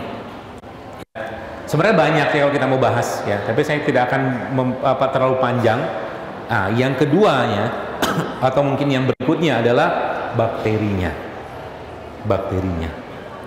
Ya, bakteri itu kita dapat dari mana? Banyak. Ini cuka udah kan. Makanya kata Nabi SAW, Nabi menjelaskan sebuah hadis, sebaik-baik lauk adalah cuka. Ya, cuka boleh, tadi cuka apel, cuka apa, probiotik juga boleh, atau beberapa minuman fermentasi juga boleh. Ya, minuman fermentasi juga boleh. Nah, yang terakhir, ini yang paling penting sebenarnya. Di mana bumi dipijak, di situ langit dijunjung. Ya, di rumah Anda, di luar produk pangan ini ada madu, kurma, batu sauda segala macam. Ya, bahkan batu sauda ini masya Allah ya. Saya pernah ketemu dengan seorang ibu-ibu yang itu kalau boleh dibilang, ini ibu ini harusnya secara teorinya kena tumor, harusnya kena tumor. Tapi subhanallah ya, diizinlah semua karena Allah ya. Dia nggak jadi kena tumor. Gara-gara apa? Gara-gara rutin minum habatus sauda. Itu dahsyatnya habatus sauda. Ya. Jadi ada satu cara. Tadi mana cuka tadi mana? Ah, ini dia. Habat ini. Ini bukan habat drink. Habatus sauda. Nah, saya kasih resep sederhana. Ini kan sekarang lagi kondisi pancaroba apalah namanya, heksaroba, macam-macam lah manusia bikin. Nah, mana gelas tadi? Enggak, bukan buat saya. Tapi kalau saya minum pun nggak apa-apa, bagus. Terutama kalau Anda suami istri, minum segelas, makan sepiring, mandi sebejana. Itu keren itu, serius. Makanya dalam Islam itu, kenapa kita makan itu di bawah? Sunnahnya makan itu di atas atau di bawah? Bawah loh, supaya bisa suap-suapan, bisa berbagi enzim, bukan pakai sendok kayak zaman sekarang. Makan gitu loh. Makanya kalau Anda pengen dekat dengan anak, salah satu caranya adalah suapin dia. Kalau saya, bukan hanya saya suapin, saya kumpel-kumpel. Baru saya masukin mulutnya dia, biar dia kenal dengan bakteri bapaknya. Yang lebih parah lagi, bukan lebih parah sih, yang lebih seru lagi, itu kadang-kadang kan saya makan sate itu pedes. Dia mau, wow seneng banget saya tuh, saya emut dulu satenya. Gitu, makanya harus jaga kebersihan mulut supaya bisa mentahnik anak. Kalau punya anak kecil, tahnik tahu ya? Tahnik itu kurma dihancurin, punya mama gitu, diambil sedikit, tempelin ke langit anak-anak yang baru lahir. Golden time-nya 7 hari. golden time. Kalau udah uzur gimana? Golden time karena 7 hari itu masa pembentukan atau pengenalan imun. Jadi kalau mau mentahnik banyak. Karena kemarin saya udah posting gitu, Syekh Mishari Rashid itu kan dia mentahnik gitu kan. Itu 7 hari golden time-nya dari lahir sampai 7 hari. Ambil gitu. Kalau sudah lewat gimana? Mungkin dapat manfaatnya, mungkin ya. Dengan catatan dia masih bayi, ya. Nah, ini salah satu cara paling sederhana, ya. Ini kan cuka, ya. Cuka sama probiotik beda sih emang, ya. Tapi anggaplah ini kan fermentasi. Ini begini, lalu Anda kasih madu sedikit, ya. Madu lah, madu itu boleh, madu ini boleh, ya. Lalu Anda makan dengan, iya, madu ini gampang. Jadi Anda kasih madu dikit aja, biar nggak terlalu asem. Kalau mau tambahkan sedikit garam di sini. Garam apa? Garam sehat lah pokoknya. Mau warna apa aja terserah. Saya udah capek diserang soalnya. Ya, pokoknya garam sehat gitu aja. Ya. Lalu Anda makan dengan misal ini habatus sauda. Biar gampang ingetnya. Habatus sauda 2 atau 3 Anda minum gitu. Tiap hari rutinin. Itu Masya Allah, lihat apa yang terjadi. Imunitas Anda akan naik. Dan itu memang sebenarnya itu resep ada penelitiannya. Air campur cuka atau campur probiotik minum dengan habatus sauda. Maka anak-anak kalau Anda lagi sekolah kayak sekarang ini dengan kondisi cuaca yang memang tidak berubah terus gitu kan, itu menjadi salah satu resep yang paling mudah. Madu, air, madu, cuka atau probiotik, habatus sauda, selesai. Habatus sauda berapa banyak? Dikit aja, bukan banyak-banyak. Anak mungkin 1-2 kapsul cukup, sehari mungkin 3 atau 4 ya. Yang dewasa berapa? Tergantung metabolisme tubuh Anda. Kalau dokter minum habatus sauda berapa banyak? Sekali minum saya 5, kalau nggak 7. Kalau saya, jangan dicontoh. Tergantung badan Anda. Itu resep Masya Allah powerful, luar biasa. Ya. Bahkan sebenarnya itu resep banyak juga dipakai oleh orang-orang yang dulu zaman masih virus merajalela itu. Artinya secara imunitas sih sangat baik. Habatus sauda memang sangat luar biasa, termasuk dia isinya juga bukan cuman serat ya tentunya. Habatus sauda kalau Anda baca tuh isinya banyak banget. Ya, sampai saya jujur sangat mengagumi habatus sauda itu. Ya, sampai Nabi mengatakan memang ini kalau dibahas secara hadisnya panjang, tapi Nabi katakan habatus sauda itu menyembuhkan segala penyakit kecuali kematian. Nabi SAW bilang kayak begitu. Ya. Jadi ini caranya, ya. Jadi probiotik, serat, enzim, vitamin, biji-bijian itu Anda ingat. Kalau protein ini kan proteinnya. Dokter makan telur nggak? Makan. Telurnya bikin kolesterol nggak? Nasi yang bikin kolesterol. Kita tuh selalu menyalahkan banyak hal yang kita nggak paham. Kalau telurnya bagus, bahkan ada seorang dokter di Amerika, dia peneliti, namanya Dr. James Dinnick, dia cerita bahwa bahkan telur itu telur ya. Apalagi kalau Anda memang ada aktivitas fisik, dia nggak batasin orang makan telur, asal telurnya bagus. Saya kalau lagi pengen makan apa, makan telur sekali makan 3 gitu, aman aja.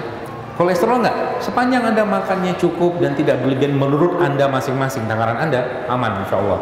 Ya, termasuk juga, nah ini kan kambing nih, kambing ini kan sering banget dikambing hitamkan, ya kan? Ini emping penyebab asam urat, makannya 1. Kenapa bisa? Tadi sudah saya jelaskan. Ya, itu udah pas sudah. Ya, jadi ini nanti ini produknya peserta kan? Ya. Saya mau kasih challenge buat Anda. Mau? Tapi ikutin baik-baik instruksinya. Ya. Dari sana pelan gitu, ambil yang di depan satu-satu. Habis itu akan ada instruksi berikutnya. Boleh? Kita belajar sesuatu nanti. Nanti saya ajarin.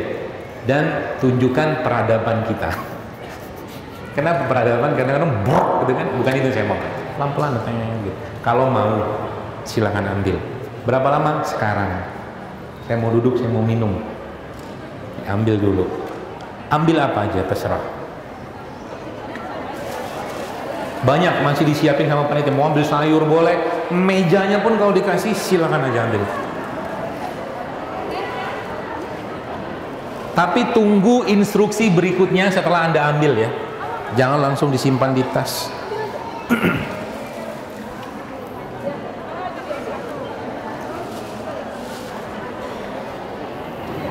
Rugi ya nggak mau ngambil, serius. Kalau Anda nggak ngambil rugi, serius. Bapak-bapak mau ambil nanti habis ibu-ibu ya, bentar.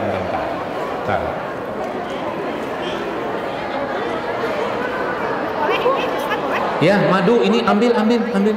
Ini kotak tisu, silakan.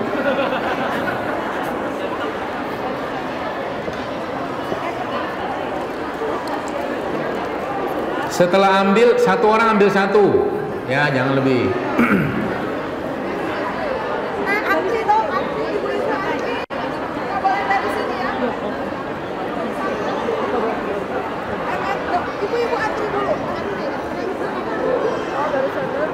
Jangan rebutan, jangan dorong-dorongan, kayak nyium ajar aswat aja.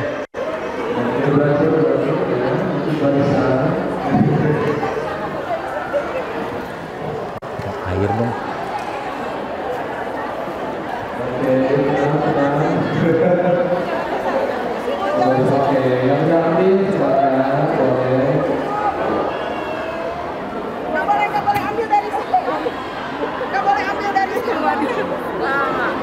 Ya, yang sudah balik silakan balik dulu biar nggak penuh di depan. Masih Bu. Oh, sudah, Ibu selesai. Toko ditutup. Sekarang kita kasih ke bapak-bapak. Jangan didorong ya. Ibu-ibu sudah selesai. Silakan kembali.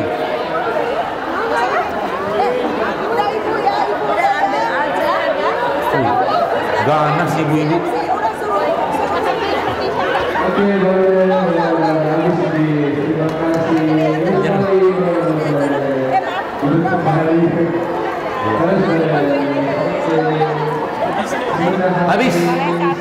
Habis, masya Allah.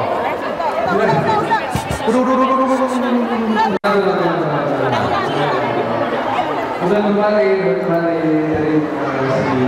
Teman-teman ya, Ambil. Udah ibu-ibu clear. Ibu-ibu selesai. Ibu-ibu selesai. Oke.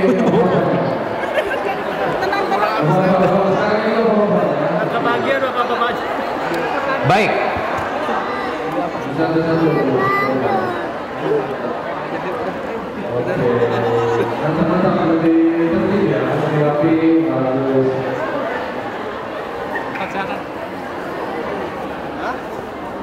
Kembali. Bapak tadi bahasannya masih banyak dari kita.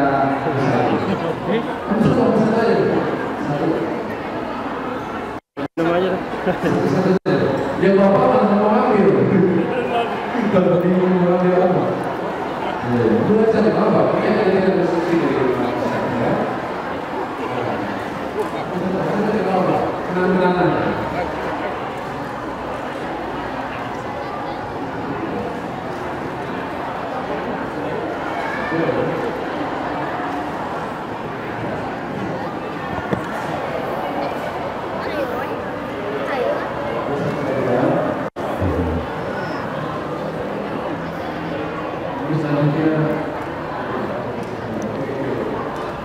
Boleh minta foto Ustaz.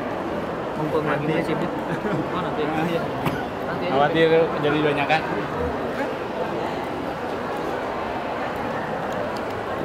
Mana yang diambil lagi? Belum selesai.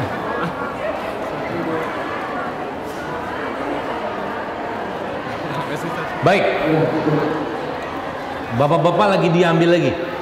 Tuh, sama Bu Ruya. Belum dapat kan? Jadi panitia hari ini mau sedekah, berbagi produk di depan. Nah itu. Kesana aja Bu, langsung bagiin Bu. Lagi bisa diambil, bagiin aja. bagiin. Jangan lupa abis ini mampir ke sana ya.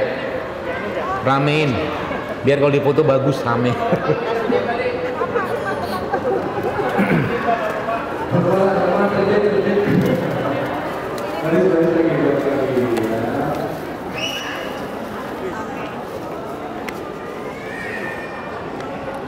Baik, sudah dapat? Duduk, jangan dibuka dulu. Jangan dibuka dulu, jangan disimpan dalam tas. Bagi yang sudah dapat tadi, sekarang kita belajar mempraktekkan apa yang sudah saya sampaikan. Tolong apa yang Anda dapatkan tadi berikan kepada orang lain. Berikan karena Allah, kasih. Serius, kasih. Allah pasti akan ganti rezeki Anda. Yang sudah diminum gimana? Iya, sudah diminum jangan. Yang belum, apa kek? Oh, langsung diminum sama Bapak. Tadi yang Anda ambil di depan, entah sayur, entah apa, tolong kasih ke yang lain yang belum dapat. Itu maksudnya. Kasihlah siapa? Yang belum dapat. Ini kita tadi kan belajar, ngamalin ilmu. Kan berbuat untuk orang lain. Langsung diminum. Iya. Santai bro. Ya, pasti akan Allah ganti nanti. Siapa tahu yang Anda kasih itu bilang buat ibu aja. Siapa tahu. Atau siapa tahu memang dia pengen itu, nggak sempat ngambil, tapi Anda dapat pahala dan pasti akan diganti Allah Subhanahu wa Ta'ala.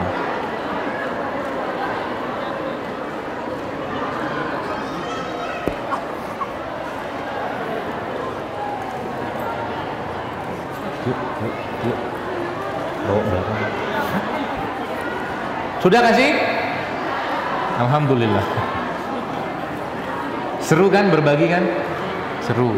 Makanya saya bilang nyesel kalau nggak ngambil. Saya tahu Anda punya uang untuk beli itu, tapi justru malah keberkahan majelis yang kita mau cari, gitu loh. Berapa lah harganya? Nggak seberapa, insya Allah ya. Mampu lah kita beli. Cuman ya tadi, malaikat akan mendoakan, kan banyak malaikatnya. Gitu. Anda berbagi, doa Anda dikabulkan Allah, Masya Allah. Baik, saya kira mungkin itu.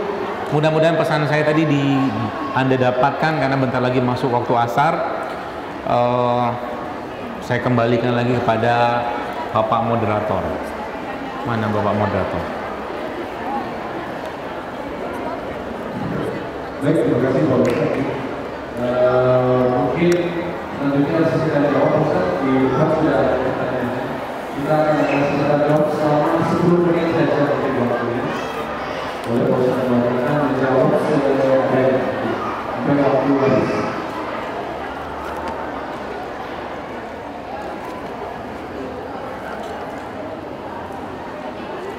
Assalamualaikum. Waalaikumsalam. Apakah boleh saya usia 53 tahun mengikuti yang 7 hari challenge? Saya kasih tahu dikit. 3 tahun yang lalu atau 2 tahun yang lalu saya pernah bikin challenge ya di IG.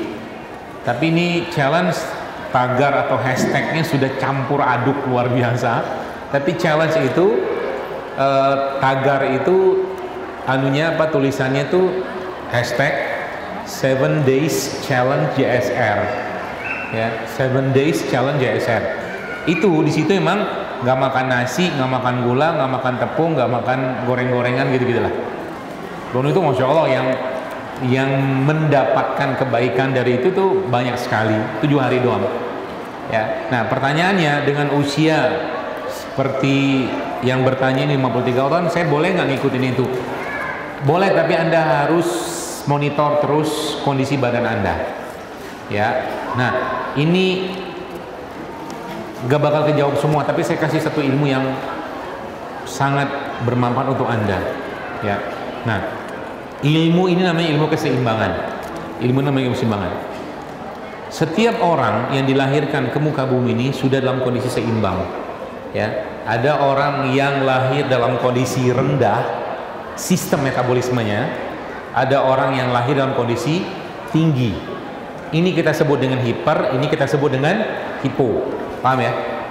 Ini hipo, ini hiper. Hipo dan hiper ini Bapak sekalian ya, Dia melingkupi semua sistem sebenarnya secara umum dalam tubuhnya. Contohnya begini, biar Anda lebih mudah mencernanya. Kalau dia dilahirkan dalam kondisi tekanan darahnya rendah, sampai mati pun dia akan rendah. Itu hipo. Defaultnya dia itu. Oke? Kalau dia dilahirkan dalam kondisi defaultnya hipo, dan itu bukan masalah, bukan aib, bukan kekurangan, Allah akan kuatkan tubuhnya untuk bertahan pada kondisi tadi. Oke ya? Nanti ini kalau Anda praktekkan konsep ini, itu insya Allah banyak penyakit yang gampang diobati sebenarnya, terutama berkaitan dengan pencernaan. Nah, Bu masih lagi? Bu siapa? Bapak-bapak? Oh iya bapak. Karena bapak-bapak sudah bekerja keras. Hah? Nggak mau? Enggak, Anda ambil kasih orang. Lu sayang. Sudah dibeliin panitia. Nah, sampai mana tadi? Hipo hiper.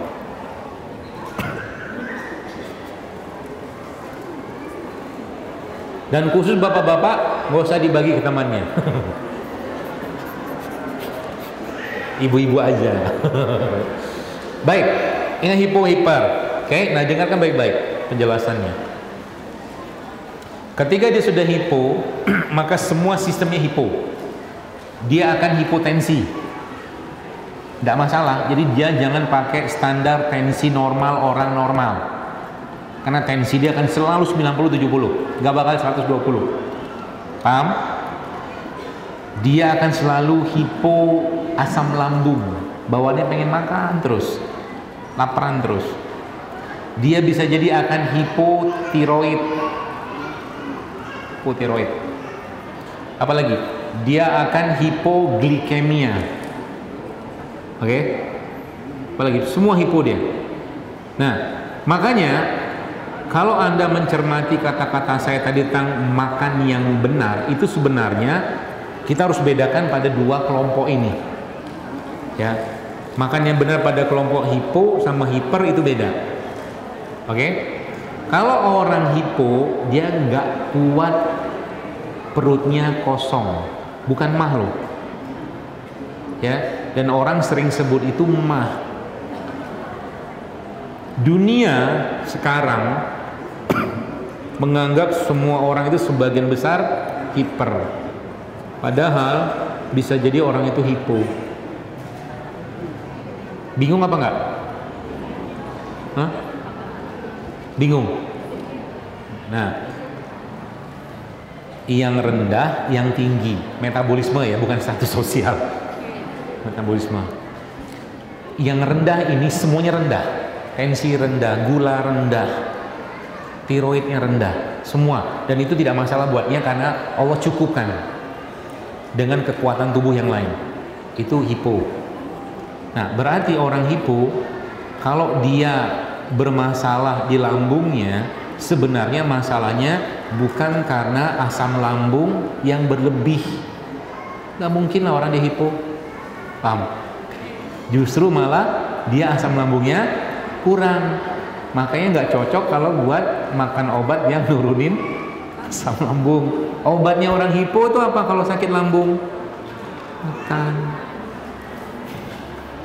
Tapi ya itu tadi, banyak masalah terjadi kalau seandainya makannya nggak bener. Lihat, kenapa zaman dulu nggak banyak orang kena penyakit MAH, gangguan pencernaan, meskipun katakanlah 60-70% di lapangan itu kebanyakan orang itu adalah hipo. Kenapa? Zaman dulu orang tua kita nggak makan karbohidrat olahan, hampir-hampir nggak.